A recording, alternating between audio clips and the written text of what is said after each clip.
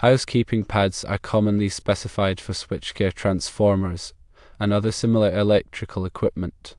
While the National Electrical Code does not explicitly mandate them, several states and localities have adopted building codes that do require housekeeping pads. One example is the California Building Code, specifically Section 1105.22, which mandates housekeeping pads for electrical transformers and other hazardous materials that could present a spill hazard. The Florida Building Code, also in Section 1105.22, includes similar requirements. The International Building Code, specifically Section 1105.22, recommends the use of housekeeping pads for hazardous materials. This code is incorporated into many state and local codes. The International Fire Code, Section 406.1.3, requires that hazardous material storage areas have sufficient containment capacity to prevent spills from spreading beyond the immediate area. There are several reasons why housekeeping pads are required. Firstly, spill containment is a key reason. They prevent spilled liquids from spreading and contaminating the surrounding area.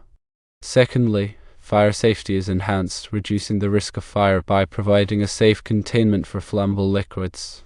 Thirdly, environmental protection is improved, helping to prevent hazardous materials from entering the environment. Fourthly, worker safety is increased, minimizing the risk of slips, trips, and falls due to slippery surfaces.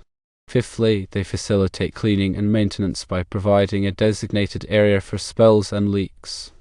There are some exceptions where housekeeping pads may not be required.